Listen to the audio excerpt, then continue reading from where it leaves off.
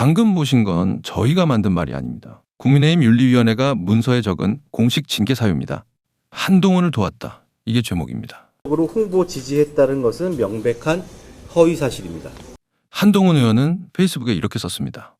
공당을 사당화하기 위한 선택적이고 자의적인 징계 정치. 당원권 정지, 도합 6년 10개월. 4명 중 3명은 다음 총선에 국민의힘 이름으로 나올 수 없습니다. 그런데 이 징계에는 시계가 하나 숨어 있습니다. 그 시계가 무엇인지 오늘 끝까지 따라가 보겠습니다. 제목, 낙선운동을 했다. 멱살을 잡았다. 실언을 했다. 무소속 후보를 지지했다.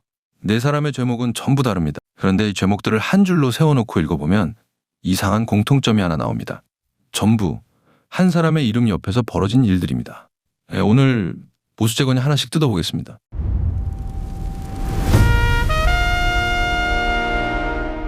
(8월 20일) 국민의힘 중앙윤리위원회가 현역 의원 4명에게 당원권 정지를 의결했습니다. 조경태, 진종호, 권영진, 서범수. 경고나 주의가 아닙니다. 전부 중징계입니다. 당원권 정지 1년이 넘으면 무슨 뜻이냐. 2028년 4월 총선에서 국민의힘 공천을 받을 수 없다는 뜻입니다. 4명 중 3명이 여기에 해당합니다. 5선, 사선의 중진과 올림픽 금메달리스트가 하루아침에 다음 선거를 이뤘습니다. 그런데 오늘 저희가 물으려는 건 형량이 아닙니다. 제목입니다. 무엇을 했길래 이렇게 됐는가. 한 명씩 보겠습니다. 조경태 의원, 당원권 정지 2년 6개월. 공식 사유는 부의장 경선 문제입니다. 그런데 이 사람이 지난 몇 달 동안 당 안에서 무엇을 외쳐왔는지는 다들 아실 겁니다. 한동훈 복당. 그 요구에 선봉에 서 있던 사람입니다. 권영진 의원, 당원권 정지 1년 6개월. 멱살 사건입니다. 잘못된 행동 맞습니다. 그런데 기억해 두십시오. 비당권파입니다. 이 배치가 뒤에서 다시 나옵니다. 서범수 의원, 당원권 정지 10개월. 사담 한마디입니다. 어디서 한 사담이냐. 이게 오늘의 두 번째 급소인데 잠시 뒤에 보겠습니다. 그리고 진종호 의원, 당원권 정지 2년. 이 사람의 제목에는 돌려 말한 구석이 없습니다. 무소속 한동훈 후보를 방송과 SNS로 공개 지지했다. 한동훈 홍보 유튜브 채널에 보좌진을 파견했다. 징계 사유서에 한동훈이라는 이름이 그대로 박혀 있습니다. 제목 4개, 경선 시비, 멱살, 사담, 그리고 한동훈 지지. 형량이 제일 무거운 쪽부터 나란히 세워보면 복당 요구의 선봉장과 한동훈 지지자입니다. 서범수 의원의 사담이 어디서 나왔는지 보겠습니다. 그런데요.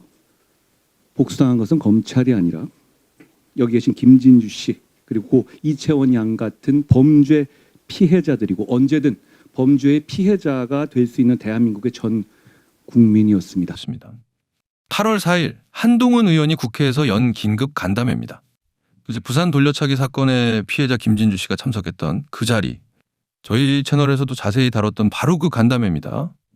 서범수 의원은 이 자리에서 피해자가 입장하기 전 옆자리 진종호 의원에게 부적절한 사담을 건넸습니다. 잘못된 발언 맞습니다. 비판받아야 합니다. 그런데 여기서 이 사건의 이상한 점이 시작됩니다. 피해자 김진주 씨는 언론에 이렇게 말했습니다. 나는 괜찮으니 간담회 내용에 집중해달라. 피해 당사자가 용서했습니다. 처벌을 원하지 않는다고 여러 번 말했습니다. 정점식 원내대표도 신중하게 하자고 했습니다. 그런데 윤리위는 개시 엿새 만에 밀어붙였고 결국 징계했습니다. 피해자가 덮은 일을 당이 기어이 꺼내 버렸다. 그러면 질문은 하나입니다. 벌하고 싶었던 게 정말 그 사담이었을까요? 징계 절차가 시작된 뒤에도 진종호 의원은 한동훈 의원 옆자리에 앉았습니다. 언론은 이렇게 썼습니다. 보란 듯이 당이 보내는 신호와 그 신호에 굴하지 않겠다는 신호. 이미 이때부터 이 징계는 사담이나 멱살의 문제가 아니었던 겁니다. 징계 다음 날 진종호 의원이 국회 기자회견장에 섰습니다. 사격으로 올림픽을 4번 제패한 사람입니다. 관역 앞에서 흔들리지 않는 게 직업이었던 사람이 이번엔 자기가 관역이 된 채로 마이크 앞에 섰습니다. 단언컨대 저는 어떠한 해당 행위도 하지 않았습니다. 첫째, 윤리위가 주장하는 무소속으로 입후보한 한동훈을 공개적으로 홍보 지지했다는 것은 명백한 허위 사실입니다. 그리고 윤리위를 향해 요구했습니다. 언제 어디서 누구를 상대로 어떤 방식으로 지원했다는 것인지 근거를 공개하라. 윤리위가 문제 삼은 4월 인터뷰 시점에는 한동훈 의원이 아직 후보조차 아니었다는 겁니다. 후보가 아닌 사람을 어떻게 후보로서 지지합니까? 윤리위원회를 정치적 보복의 도구로 만들지 마십시오. 정치 보복. 징계를 받은 당사자가 자기 당의 윤리위를 향해 쓴 단어입니다. 그리고 이틀 전에는 이런 말도 지금의 윤리위는 독립기구가 아니라 당권파의 하청기구에 불과합니다. 했습니다. 당권파 하청기구. 이 기자회견에서는 징계 명단이 외부로 유출됐다는 의혹도 제기됐습니다. 결정도 나기 전에 명단이 돌았다면 결론은 이미 정해져 있었다는 얘기가 됩니다. 징계 명단이 장동혁 대표의 측근과 미리 오갔다면 이것은 유출이 아닙니다. 이것은 징계의 사전 기획입니다. 네. 지금 사실은 이 당의 윤리위원회가 보면 꽤 잡음이 많은 것 같습니다. 네. 지금 윤리위원회 부위원장을 해줬던 분이 나와서 아니 윤민우 위원장이 너무 독단적이다. 혼자 막 다 결정문 쓰고 상의도 안 한다. 그리고 비교 하나가 나옵니다. 2019년 5.18 망원 때 윤리위는 엿새 만에 사건을 회부했습니다. 그런데 지금의 윤리위는 5.18 왜곡 논란에는 움직이지 않으면서 한동훈 옆에 있던 사람들에게는 이렇게 빨랐습니다. 기준이 당원과 당규가 아니라 당대표 편이냐 아니냐라는 지적이 나오는 이유입니다. 저는 두렵지 않습니다. 그리고 물러서지 않겠습니다. 그러면 이름이 불린 당사자 한동훈 의원은 어떻게 움직였나? 침묵하지 않았습니다. 하루에 걸쳐 3번 정면으로 받아쳤습니다. 한동훈 의원은 첫 번째 글에서 이렇게 썼습니다. 공당을 사당화하기 위한 선택적이고 자의적인 징계 정치가 계속되고 있다. 선택적, 자의적. 멱살은 징계하면서 5.18 왜곡은 넘어가는 기준. 사담은 징계하면서 피해자의 용서는 무시하는 기준. 그 기준이 가리키는 방향은 공당이 아니라 한 사람의 당, 사당이라는 겁니다. 두 번째 글에서는 이렇게 썼습니다. 개인 사당화를 위한 징계 정치가 위기에 빠진 이재명 민주당 정권을 도와주고 있다. 이 문장이 오늘의 3번째 급소입니다. 지금 이재명 정권은 부동산 번복의 지지율 최저치, 위기의 한복판에 있습니다. 야당이 싸워야 할 상대는 저쪽인데 당권파의 칼끝은 이재명이 아니라 자기 당 의원들을 향해 있습니다. 싸워야 할 때 자기 편을 베는 야당, 가장 기뻐할 사람이 누구겠습니까?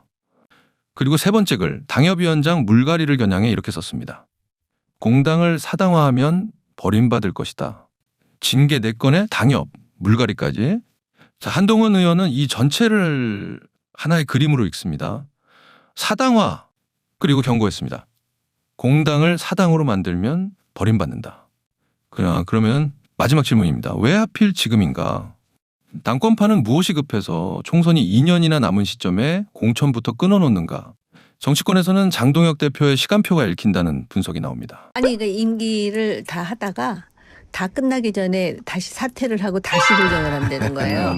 그래가지고선 지금 다른 견제 세력이 없으면 본인이 또 당대표가 되면 이제 공천권까지 행사할 수 있다. 또 그런 야무진 생각을 할 수 있을 것 같아요. 장동혁 대표의 임기는 내년 여름까지. 원래대로면 총선 공천권이 없습니다. 그런데 임기 전에 사퇴하고 다시 출마에 연임하면 공천권까지 쥘 수 있다는 시나리오입니다. 그 시나리오의 유일한 전제가 뭡니까? 견제 세력이 없어야 한다는 것. 지금 견제 세력이 어떻게 되고 있습니까? 한 명씩 잘려나가고 있습니다. 그리고 당권파 주변의 공기도 심상치 않습니다. 홍준표 전 시장은 또 은근히 장동혁 대표에 대한 그런 어떤 뭐라 그럴까 공감? 뭐 이런 걸 좀 하고 싶어 하는데 그 배후에는 한동훈에 대한 증오가 있는 것 같아요. 네. 안철수도 그렇고 주진우도 그렇고 예. 사실상 포스트 장동혁을 노리는 거예요. 어제는 한동훈 복당 운동하는 사람들을 이 당수를 쑥대밭으로 만들고 있다.